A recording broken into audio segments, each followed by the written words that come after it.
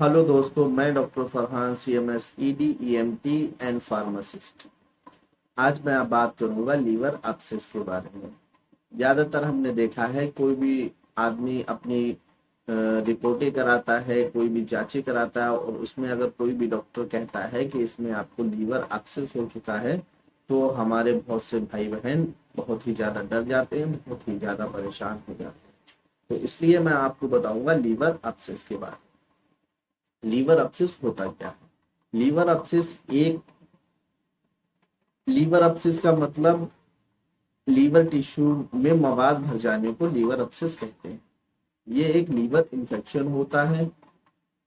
Liver obsess liver में एक या एक से अधिक हो सकते हैं, तो इसमें मतलब कोई घबराने की जरूरत नहीं कि किसी ने कहा कि 2 लीवर अब्सेस हैं या 3 लीवर अब्सेस हैं तो उससे घबराने की जरूरत नहीं। वो नॉर्मली 2 या 2 से अधिक हो सकते हैं, इससे घबराने की जरूरत नहीं। ये एक जीवाणु द्वारा फैलाया गया इन्फेक्शन होता है जो बैक्टीरिया, पैरासाइट्स, फंगस के कारण हो सकता है।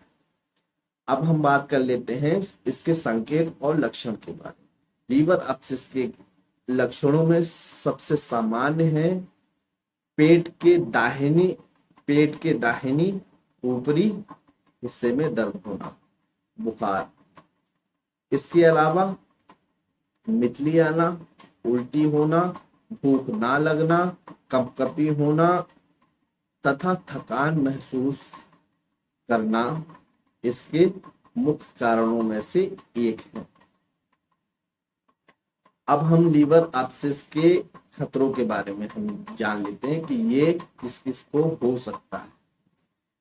तो लीवर अब्सेस जो है, लीवर अब्सेस किस किस को हो सकता है, किस किस को इस चीज का खतरा रह सकता है, वो हम बताते हैं। तो लीवर अब्सेस का खतरा अल्कोहल ज्यादा इस्तेमाल करने वाले को इसका खतरा हो सकता है। इसके अलावा सुस्त इम्यून सिस्टम वाले को इसका खतरा हो सकता है। शुगर वाले पेशेंट को इसका खतरा हो सकता है। HIV पेशेंट वाले को इसका खतरा हो सकता है तथा कैंसर का ट्रीटमेंट कराने वाले कीमोथेरेपी मरीज को भी इसका खतरा अधिक हो सकता है। अब हम बात कर लेते हैं कि लीवर अब्सेस के लिए हम कौन कौन सी जांचें कराएं। तो लीवर अब्सेस के लिए हमें देखिए मेनली लीवर अल्ट्रासाउंड कराना चाहिए।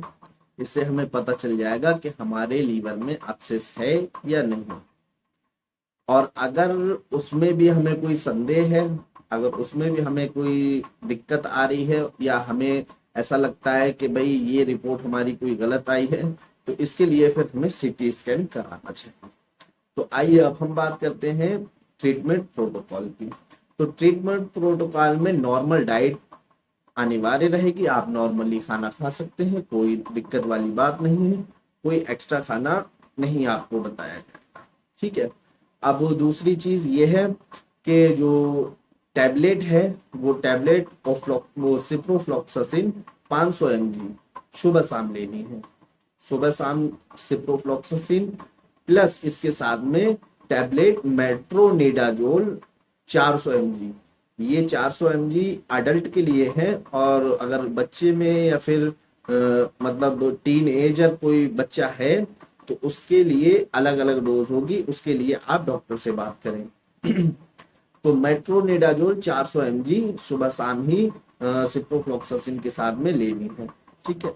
और दूसरी चीज कैप्सूल होमिपेराजोल खाना खाने से आधा घंटे पहले हमें लेना पड़ेगा। और अगर पेट में या कहीं दर्द होता है पेट में तो हमें ट्रामाडोल लेनी है तीनों टाइम, सुबह दोपहर शाम। और अगर इन केस ज्यादा ही दिक्कत है और अगर ज्यादा ही इन्फेक्शन फैल चुका है और अगर जो लीवर अब्सेस है वो फट चुके हैं तो प्लीज मेरी आपसे रिक्वेस्ट है कि आप लोग डॉक्टर की सलाह जरूर लें और डॉक्टर के हिसाब से ही दवा खाएं। धन्यवाद। और अगर मुझे आप सपोर्ट करें, मेरे चैनल को सब्सक्राइब करें, पास में लगे बेल आइकन को क्लिक करें ताकि आने वाली वीडियो आपको सबसे पहले मिल सके। और अगर आप फेसबुक पे हैं तो मेरे फॉलो बटन को जरूर क्लिक करें। धन्यवाद।